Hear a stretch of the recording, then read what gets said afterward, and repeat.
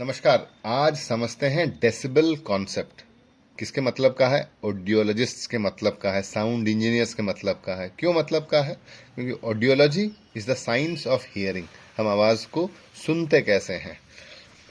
कोई भी चीज़ जो हमारे चारों तरफ है कोई ना कोई आवाज़ पैदा करती है, और ये आवाज़ एक कंपन के चलते आता है। यानी कि ये ताली की आवाज़ आपको इसलिए सुनाई दी क्योंकि मेरे दोनों हथेलियों ने जब एक दूसरे के खिलाफ आवाज़ की तो इनमें एक कंपन पैदा हुआ, और ये कंपन आवाज़ के माध्यम से कानों तक पहुंची और सुनाई दी। ये जो कंपन पहुंचती है इसे हम लॉन्गिट्यूडनल वेव कहते हैं। तो sounds travel through longitudinal wave. खासियत क्या है कि जब भी ये आवाज़ें हवा में आगे बढ़ती हैं तो कुछ एयर मॉलिक्यूल्स को रारिफाई करती है, यानी कि कुछ एयर मॉलिक्यूल्स को एक दूसरे से दूर कर देती हैं और उसके अगले सेट को करीब दबा देती हैं। यानी कि दूर किया करीब आए, दूर किया करीब आए, दूर किया रारिफिकेशन, करीब आए कंप्रेशन, रारिफिकेशन कंप्रेशन। इस माध्यम से लॉन्गिट्यूडनल वेव आगे बढ़ती हैं। इसलिए एक मीडियम की आवश्यकता होती है। वैक्यूम में आवाज़ नहीं सुनाई देगी। जब इस जगह कंप्रेशन हो रहा है इसका मतलब एयर मॉलिक्यूल्स को एक दूसरे के खिलाफ दबाया जा रहा है, यानी कि एक दबाव पैदा हो रहा है।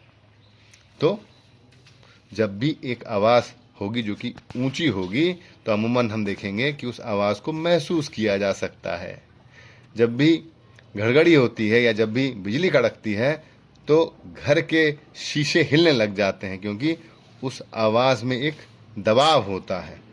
और इसी लॉन्गिट्यूडनल वेव के रारिफिकेशन कॉम्प्रेशन को अगर हमें दिखाना है तो जितना भी कॉम्प्रेशन हुआ वहाँ उसे हम पीक्स के माध्यम से दिखा सकते हैं, और जहाँ भी रारिफिकेशन हुआ उसे हम ट्रफ्स के माध्यम से दिखा सकते हैं। यानी कि एम्पलीट्यूड बढ़ा हुआ है यहाँ पे और प्रेशर बढ़ा हुआ है यहाँ पे, और यहाँ प्रेशर घटा। इस तरह हाई प्रेशर लो प्रेशर को एयर मॉलिक्यूल्स में दिखा सकते हैं और वो आगे जाएगा। और चूंकि ये प्रेशर क्रिएट करता है इसलिए एक साधारण यूनिट जिसमें कि साउंड्स को मेजर किया आता है वो है साउंड प्रेशर लेवल, और साउंड लेवल मीटर SLM इस्तेमाल किया जाता है मेजरमेंट के लिए। साउंड प्रेशर लेवल अमूमन ये बताता है कि उस साउंड में कितनी एनर्जी है, लेकिन ऑडियोलॉजिस्ट का मतलब तो है कि कितनी तीव्रता है किसी एक साउंड की। तो relationship between sound pressure level and intensity of the sound. यहाँ एक छोटी चिड़िया है जो कि एक मधुर गीत गा रही है। किसी ने इसे छेड़ा तो चीख दिया इसने दुगुने इंटेंसिटी में, यानी कि इंटेंसिटी आई और चीखा तो 2i हो गया। अगर हम इसे रिलेट करें कि ये प्रेशर के साथ या एनर्जी के साथ किस तरह रिलेट करता है, तो the intensity is doubled then the energy carried by it becomes 4 times. यानी कि I is directly proportional to P square. यानी कि I से अगर 2i हो गया तो 2 का स्क्वायर कितना होता है? 2 इंटू 2 4। तो एनर्जी कितना हो गया, प्रेशर कितना हो गया? 4 गुना हो गया। तो ये है रिलेशनशिप साउंड प्रेशर लेवल और इंटेंसिटी के बीच। अब सवाल पैदा होता है कि इस इंटेंसिटी को मापें कैसे? क्या मापा जाता रहा है? हाँ, मापा जाता रहा है। अलेक्जेंडर ग्राहम बेल, जिन्होंने टेलीफोन का इजाद किया, उनकी एक कंपनी उन्होंने बनाई थी बेल टेलीफोन लेबोरेटरीज। 1923 में, आज से लगभग 100 साल पहले, बेल टेलीफोन लेबोरेटरीज ने तय किया कि जो यूनिट वो इस्तेमाल करते थे जिसे वो ट्रांसमिशन यूनिट कहते थे, यानी कि एक तार की लंबाई में जब टेलीफोन की सिग्नल जाए तो कितना लॉस होता है साउंड का, वो देखने के लिए TU किया था उन्होंने, जिसे वो बोलते थे ट्रांसमिशन यूनिट। उसे बदल कर उन्होंने बना दिया डेसीबेल, क्योंकि वो ज़्यादा व्यवहारिक था और बेल साहब का नाम इसमें आता है जो कि उनके फाउंडर थे। मान्यता क्या क्या थी कि 1 dB SPL is accepted as the smallest change which is perceivable. सबसे छोटा इंटेंसिटी जो कि परसीव या इंसानी कानों द्वारा जो सुना जा सकता है उसे हम 1 dB SPL बोलेंगे, और 120 dB SPL वो तीव्रता होगी जिसे सुनने के बाद कानों में दर्द हो या थ्रेशोल्ड ऑफ पेन हो। इस तरह जो TU स्केल या transmission unit scale logarithmic scale पे ही बसा हुआ था उसका नाम दिया गया डेसीबेल्स। इस तरह आया डेसीबेल्स 1923 से। और सवाल ये पैदा होता है कि भाई सब कुछ तो ठीक है, लॉग स्केल क्यों बिठा दिया गया? तो अगर हम देखें तो फॉर्मूला होगा beta is equal to 10 log 10 I0 by IR। ये फॉर्मूला है। इसे अगर समझने की कोशिश की जाए तो पहला हिस्सा समझा जाए, ये इंटेंसिटी बीटा। दूसरा, ये 10 कहाँ से आ गया भाई? चूंकि ये डेसिबल स्केल है या बेल डिवाइडेड बाय 10 स्केल है, तो इस 10 को इधर अगर ले जाया जाए तो 10 log 10 I0 बाई IR हुआ। तो ये 10 इसलिए आया क्योंकि ये एक डेसिबल स्केल है। अब ये लॉग स्केल लेने की क्या जरूरत पड़ गई थी भाई? आसान था ना, 1 2 3 4 लीनियर स्केल में कर लेना। उसका जवाब ये है कि हमारी जो सुनने की क्षमता है वो कमाल की है। कमाल की यानी कि जो मिनिमम साउंड हम सुन पाते हैं, समझ लीजिए वो अगर 10 to the power -12 वॉट पर मीटर स्क्वायर है। मतलब क्या? शून्य में 12 जीरो, 1 2 3 4 5 6 7 8 9 10 11 12 1, इतना वॉट पर मीटर स्क्वायर अगर हम मिनिमम सुन पाते हैं तो मैक्सिमम कितना सुन पाएंगे? 1 वॉट पर मीटर स्क्वायर, इतना सुन पाएंगे। यानी कि इसके और इसके बीच में अगर देखा जाए तो कितना फर्क हो गया? ये लगभग फर्क हो गया 1000 करोड़, 1000 करोड़ गुना। यानी कि इसके बीच अगर मुझे लीनियर स्केल में लेना हो पड़े तो कितना पॉइंट डालना पड़ेगा? 1000 करोड़। इसको मापेंगे कैसे? इतना बड़ा स्केल है, तो जरूरत थी एक ऐसे स्केल की जो कि इस बड़े विस्तार को माप सके। तो लीनियर स्केल तो काम नहीं देगा, 1 2 3 4 वाला स्केल तो काम नहीं देगा। देखिए 1 दर्जन, 1 किलो, 2 किलो, 3 किलो, 5 किलो, वो स्केल तो काम नहीं देगा। दूसरी खासियत क्या है लॉग स्केल की? Log scale is convenient way to express lengthy numbers. बड़े बड़े डिजिट्स को अगर कहीं सेट करना है, बिठाना है या कैलकुलेट करना है तो लॉगरिदमिक स्केल में बेहतर हो पाता है। आगे समझेंगे उसको। तीसरी क्या जरूरत है? Log scale converts huge number into usable numbers. यानी कि बड़े बड़े नंबर्स, बताया आपको कि 10 to the power -12 मिनिमम है और 1 वॉट पर metre square threshold of pain है, समझ लीजिए। तो बड़े बड़े जो नंबर्स होते हैं उन्हें छोटे खट्टे मीठे इस्तेमाल करने योग्य नंबर्स में कन्वर्ट करता लॉग स्केल। कैसे?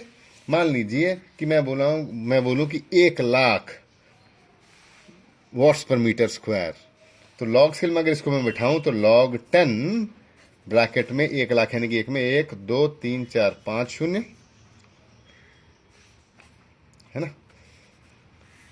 10 log 1 लाख कितना होगा भाई? तो लॉग तुरंत ये पूछता है कि ये जो पैरेंथेसिस में, ये जो ब्रैकेट में नंबर है, इसको 10 के कितने पावर पे अगर रख दिया जाए तो ये नंबर मिल जाएगा। यानी कि 10 को कितने पावर दे दिया जाए ताकि अंदर का नंबर आ जाए।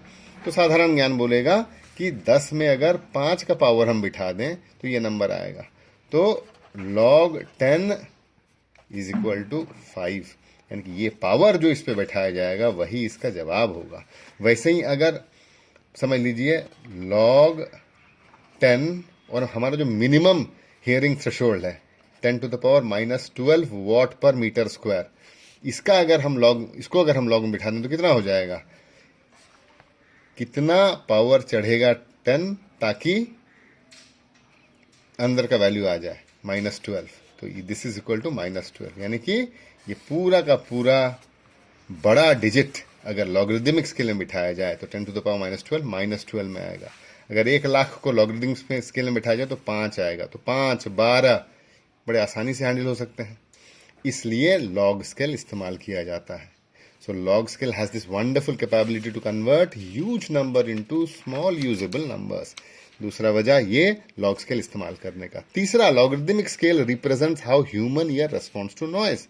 अगर MAP MAF कान किस तरह से आवाजों को प्रतिक्रिया देता है, ये अगर मापा जाए, मान लीजिए ये 10 हर्ट्ज हो गया और ये 20,000 हर्ट्ज हो गया। अगर हम देखें तो कान की जो क्षमता है वो लगभग 2 किलोहर्ट्ज से लेके 5 किलोहर्ट्ज तक के बीच बहुत बेहतर होती है। यानी कि सुनने की जो क्षमता होती है कान की वो एक जैसी नहीं होती है फ्लैट हर एक फ्रीक्वेंसी पे। कुछ फ्रीक्वेंसीज पे बहुत बेहतर सुनता है कान 2 से 5 किलोहर्ट्ज के बीच। इसलिए ज़रूरी यह है कि एक ऐसा स्केल इस्तेमाल किया जाए जो कि जैसा हमारा कान सुनता है उस तरह के रेस्पॉन्सेस को इकट्ठा करे। So the log scale represents how human ear responds to noise. The log scale is useful in expressing ratio. इतना बड़ा रेंज है हमारे सुनने का, तो एक एक करके तो नहीं लेंगे। कोशिश ये करेंगे कि हमारी जो सुनने की क्षमता है वो बनाम जो साउंड आया वो कितना गुना बड़ा है या कितना गुना कम है। तो अगर इस तरह का रेशियो हमें इस्तेमाल करना है तो लॉग स्केल सबसे बेहतर होता है। The log scale is useful in expressing ratios. और आखिरी बात ये कि चूंकि हम रेशियो इस्तेमाल करते हैं इसलिए शून्य का मतलब शून्य नहीं होता, इसका मतलब 0 dB HL या 0 dB SPL is not equal to silence. ये लॉग स्केल में ही संभव है। लीनियर स्केल में 0 1 2 3 4 5 6 7 8 9 10 सेंटीमीटर में 0 का मतलब 0 होता, कुछ नहीं होता। लेकिन यहां अगर हम लॉग स्केल इस्तेमाल करें तो 0 का मतलब कुछ नहीं, 0 का मतलब भी कोई एक साउंड जो कि रेफरेंस साउंड होगा। अब आगे बढ़ते हैं डेसिबल स्केल में। तो लॉगरिदमिक क्यों समझ में आ गया। अब डेसिबल स्केल का 10 क्यों समझ में आ गया, डेसी है इसलिए। बेल का 10वां हिस्सा लॉग क्यों इस्तेमाल किया गया, 5 पॉइंट बता दिए गए। फिर आखिरी हिस्सा इक्वेशन का I0/IR। तो यहाँ IR पहले समझ लें। IR यानी कि how loud is the sound with respect to the threshold of normal hearing. IR यानी कि रेफरेंस साउंड। रेफरेंस साउंड क्या लिया गया, इस IR को एज ए रेफरेंस साउंड लिया गया, जिसका मतलब ये हुआ कि मिनिमम कितना वॉट पर मीटर स्क्वायर, कितना SPL सुन लेता है एक साधारण कान 1 किलोहर्ट्ज में। मिनिमम साउंड प्रेशर लेवल कितना सुनता है, वो है 10⁻⁻12। इसलिए वो कांस्टेंट होगा नीचे IR। ये रेफरेंस वैल्यू हुआ क्योंकि इंसानों की सुनने की क्षमता को ही जांच किया जा रहा है। और I0 क्या हुआ, वो साउंड जिसे कि हम मापने के लिए आगे आए हैं। तो ये जो रेशियो डाला गया है वो इसलिए डाला गया है ताकि ये पता लगाया जा सके कि ह्यूमन हियरिंग, जिसे हम नॉर्मल हियरिंग बोलते हैं, उसके कंपैरिजन में या उसके तुलना में ये साउंड कितना ऊंचा है। तो ये एक रेशियो इस्तेमाल किया गया है जो कि काफी उपयोगी है। तो इस तरह डेसिबल स्केल के सारे हिस्से में समझ में आया। 10 समझ में आ गया, डेसिब है इसलिए 10।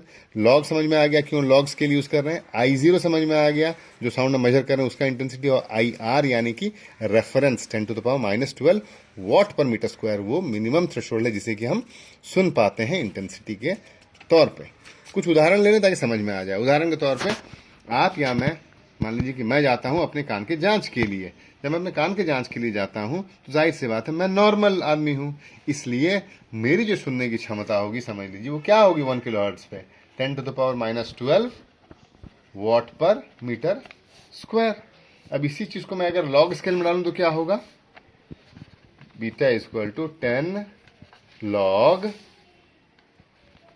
I0/IR।